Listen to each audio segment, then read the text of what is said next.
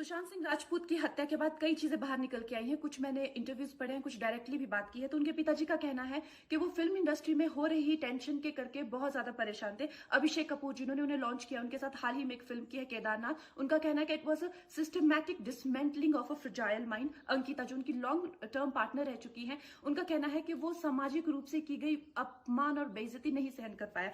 तो अब मैं आपको बताऊंगी कि मूवी माफिया ने ना कि सिर्फ उनको बैन किया था, सिस्टमैटिक डिसमेंटलिंग, कैसे कतरा कतरा करके उनका दिमाग तोड़ा गया है, उनको मारा गया है।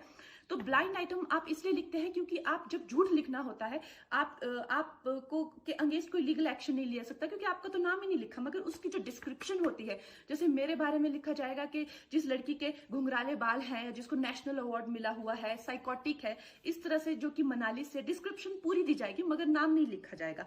23 अगस्त 2017 को बॉलीवुड लाइव सुशांत के बारे में लिखता है कि वो जब भी सेक्स करता है तो सिर्फ अपने ही गाने सुनता है, वो सबसे बड़ा नार्सिसिस्ट है।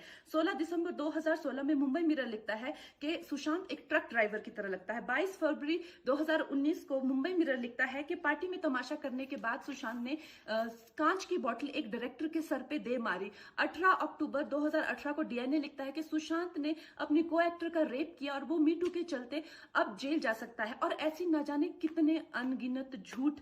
और ये जो बुद्धिजीवी जर्नलिस्ट हैं, ये जो चील कौए गिद्ध हैं, जो मूवी माफिया के पाले हुए हैं, ये इसको मेंटल इमोशनल साइकोलॉजिकल लिंचिंग को जर्नलिज्म कहते हैं। मेरे बारे में आज तक जो भी कहा गया मैंने कुछ नहीं कहा, लेकिन जब एक स्वतंत्रता सेनानी के खिलाफ गंदगी लिखी गई, मैंने उस जर्नलिस्ट को कॉन्फ्रंट किया। आपको पता है उसी रात 4 सीनियर जर्नलिस्ट ने मेरे खिलाफ एक गिल्ड बनाई।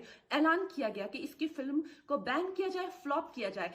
आपको पता 3000 जर्नलिस्ट गैंग अप होते हैं एक अकेली लड़की पर, उसकी इमोशनल लिंचिंग करते हैं सरेआम, और ये समाज कुछ नहीं कहता, कानून कुछ नहीं कहता है। मैंने उन पे केस करने की कोशिश की, मगर 1 महीने बाद वो गायब हो गई। मेरी फिल्म रिलीज हुई, गायब हो गई।